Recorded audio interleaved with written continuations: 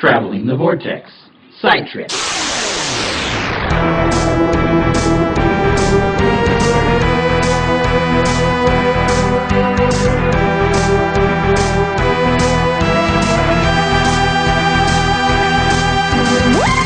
Well, how this whole thing started is we run a Doctor Who podcast called Traveling the Vortex, and there are three of us, and I don't even remember now who stumbled upon first. I think it was Keith, and he said, oh, there's this new game, Doctor Who Legacy, and we review everything. Where it's like, yeah, bring it in. With comic book, sure. Book, yeah. Game, yeah, let's play it. And so we tried it out, and Glenn is the more skeptical, seasoned member of the group, and he's like, it's going to be like Bejeweled with Doctor Who characters. Yes. And we went, oh...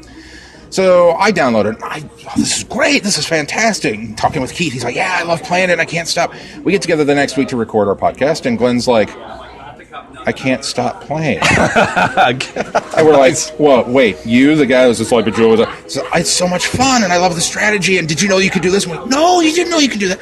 Did you know you can do this and drag the jewel? It took literally, I played this game for like 2 weeks before I figured out that it wasn't just that you could go from side to side with the stone. That's an amazing moment. And it's great because this.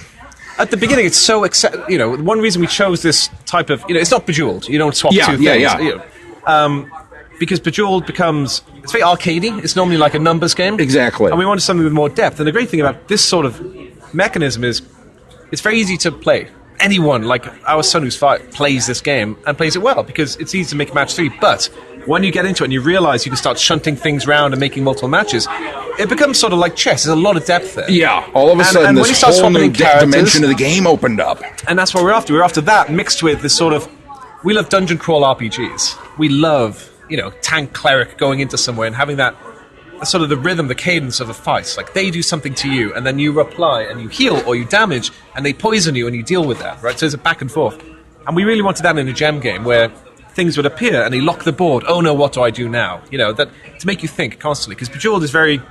You look at the board, you make your match, you're done. There's normally one move you can make, which is the best move. And realistically, it's a very, very, very unfair comparison. It's just when you at a glance, when you just look at the screen, that's what you kind of default to. And that's what Glenn did. It's not a bad thing because it's. Oh no, it is. Because this game is so far. I mean, don't get me wrong. I enjoy Bejeweled. This game is so far beyond it. Just as a game, not to mention the fact that yes, there's a Doctor Who shell around it. So and that's sort of what we first and foremost, before monetization, before even we wanted a core game which was fun, and we knew this would be fun. But this is exactly what we pitched to the BBC. We said we're going to make a gem game. You'll go through 50 years of Doctor Who. You'll pick up your favorite companions. We'll get all the Doctors in there. Whoever you love a Doctor Who, you'll find them in there.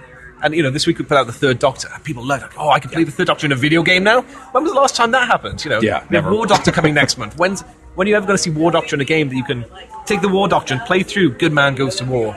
Or play through, Beast Below, or Time of the Doctor, and with K9 and Adipose, and so that's what we aim to build, and it's an we're so happy, and it was from our first line to the BBC when we started talking, we are huge fans. We will make a fan game.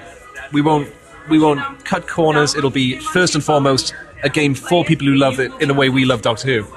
And we hope, we think it comes through, that love. It really does. And sometimes you play these games and it's sort of they slap something on there, and it feels like a bit of a money grab. Well, that's the other thing.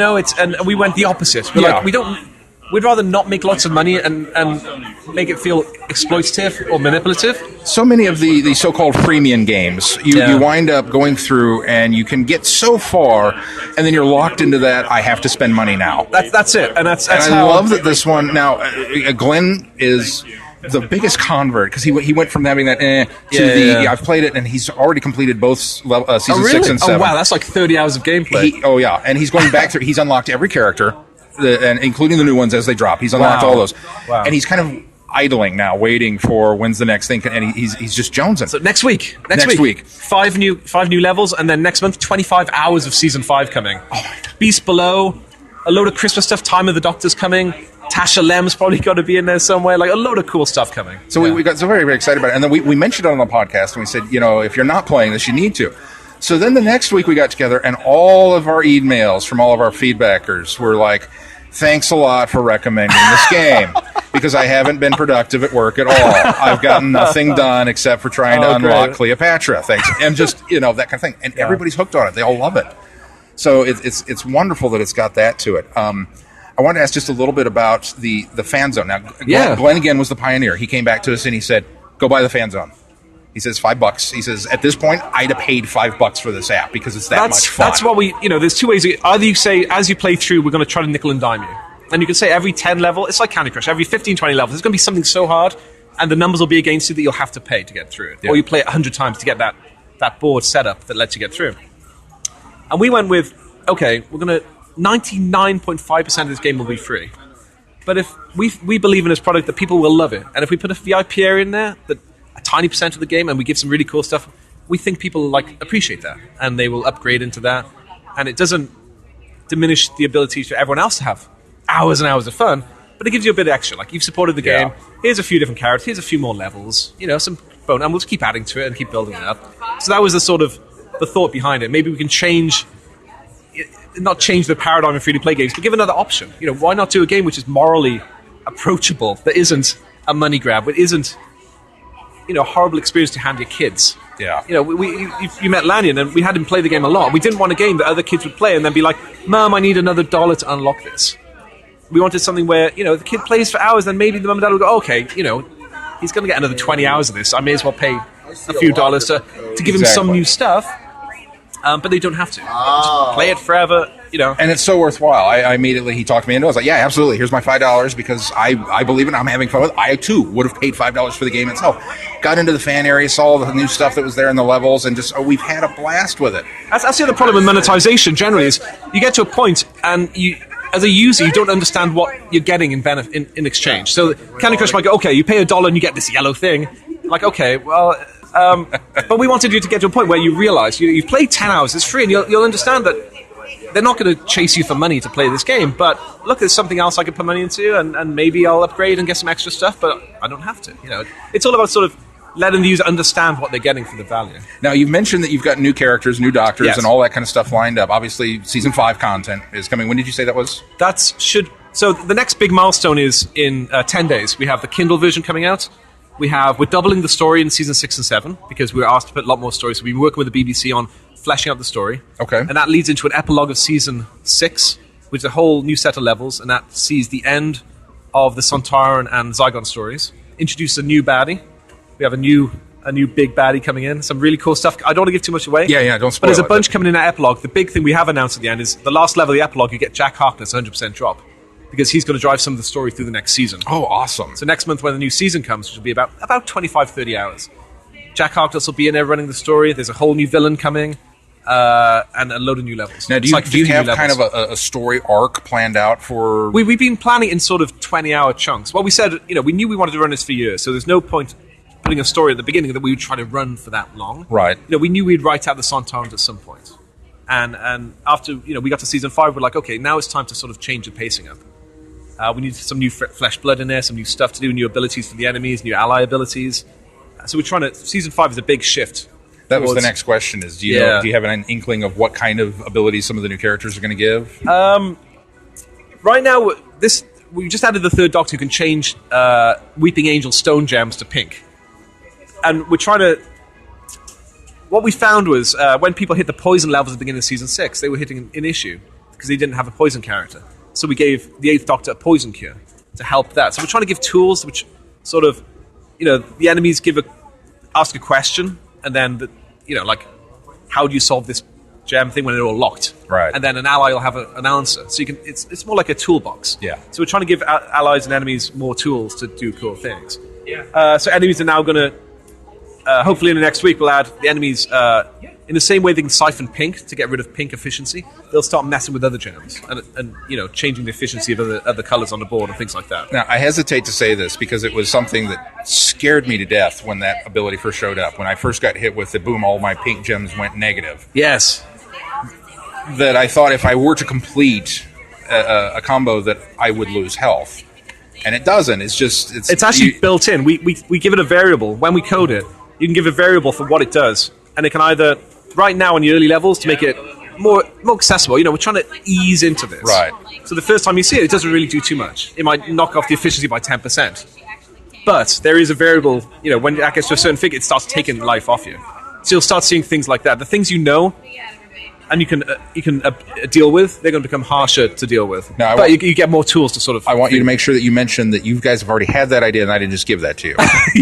Our listeners will be very mad if what are you doing making it harder? Making it harder. No, that was always... The game has been built with a massive amount of systems in there we haven't used yet. So we have like dual color characters in there that we just haven't added in because we're slowly leading in, trying to get people into the experience.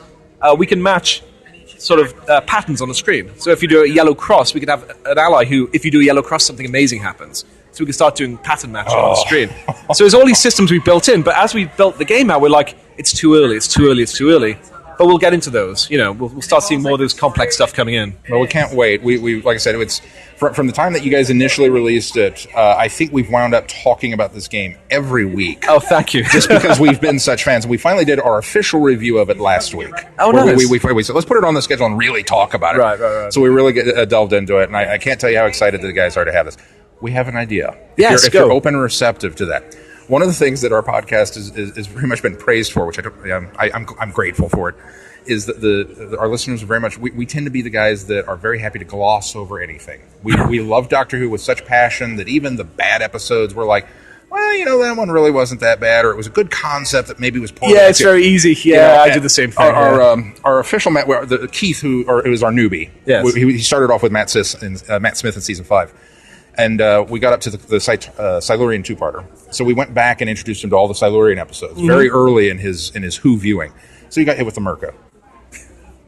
Susan mentioned this yesterday. Yeah, so... the way she phrased it was, we should really do a level with all the enemies in the game that people sort of look down on a bit. You know, there was a sort of fallen by the wayside a little bit. I thought it was a great idea. We would be happy to sponsor that level for you in your fan area. We want the Merca and the Candyman, and then... Yeah, Candyman would be amazing. How good would Candyman be? And we thought, we'll claim that. That's a great idea. Totally. Well, as we would do the advent calendar stuff up to Christmas, on Christmas Day we released Christmas episode. Like it was the trees and the Roboform and the angel hosts.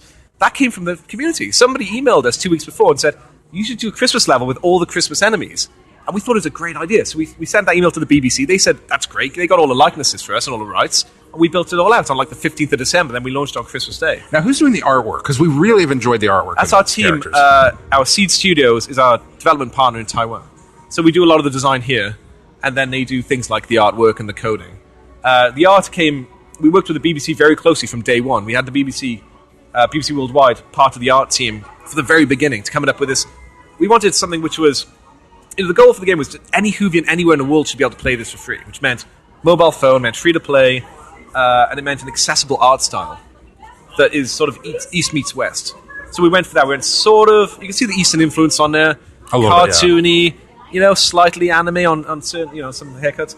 But it's also very Western as well. So that's where that came from. It's very comic book. It's got a distinct style it's to very it. Distinct, but I think it's very accessible. Yeah, and you instantly know by looking at these characters who they are. I mean, I think that's the joy of it. That's one of my favorite shots. It's just half the and you could tell instantly who they are. I think we're really, really proud of our art team. We had an internal. Well, it wasn't very internal. It was pretty audible. Squee when Paul McGann dropped. Oh, he's my doctor. Yes, and it was the Night of the Doctor outfit, and we went. Absolutely. We actually have. These tables had stickers. I thought it was just you go right ahead. We have the Paul McGann, the 8th Doctor TV movie outfit coming in the next couple of weeks. So you have a new outfit for the 8th Doctor in the game. And are there new? I assume with like season 5 coming, there's going to be new backdrops and new locations and all that. So, as well. The story will be anchored around episodes, like we did with you play an episode, then we have another few levels.